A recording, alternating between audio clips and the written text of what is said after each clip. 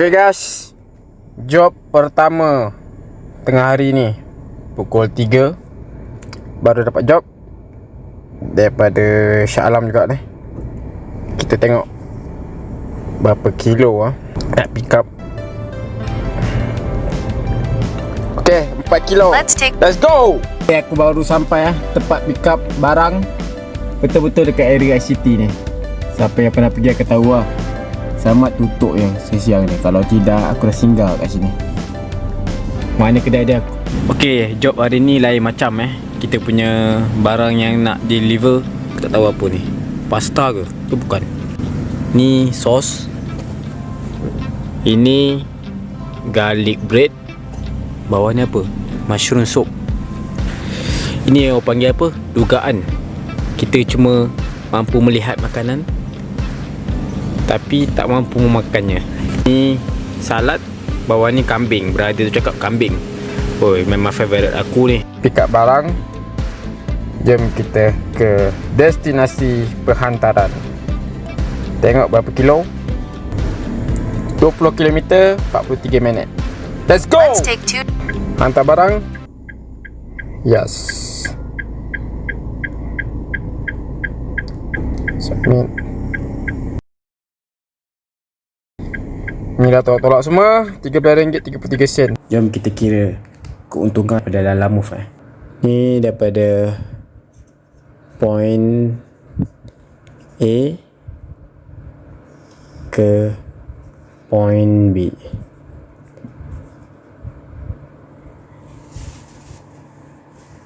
Ni tempat pick up, tempat delivery. Jarak perjalanan 20 km. Tempoh perjalanan 46 minit. Customer bayar kita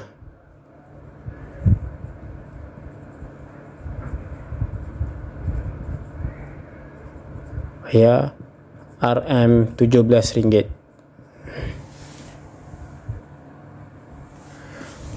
Tolak komisen dan SST.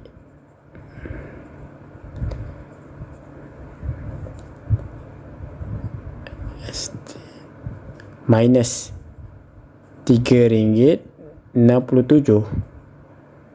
Balance yang kita dapat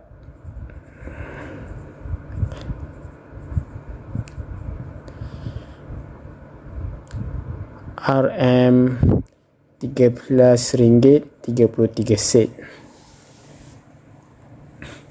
Untuk kereta aku 12.4 km per liter.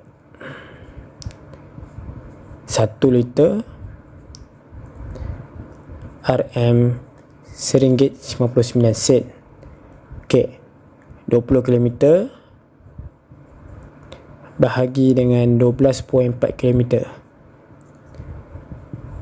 bersamaan dengan 1.61 liter kali dengan RM RM1.59. Total kos minyak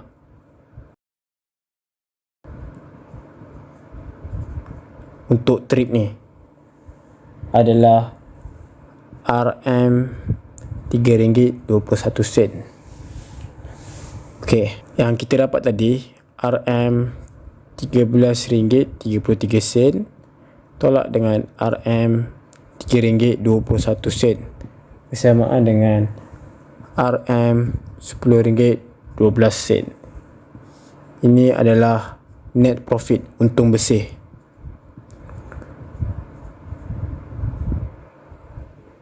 Kerja selama 46 minit. 46 minit aku dapat RM10 lebih. Agak kurang sebab jarak perjalanan kita cuma 20 km. Best apa yang aku kaji, semakin jauh trip dari tempat pick up ke tempat delivery, semakin untung Tapi untuk dapatkan trip jauh ni nak kena berebut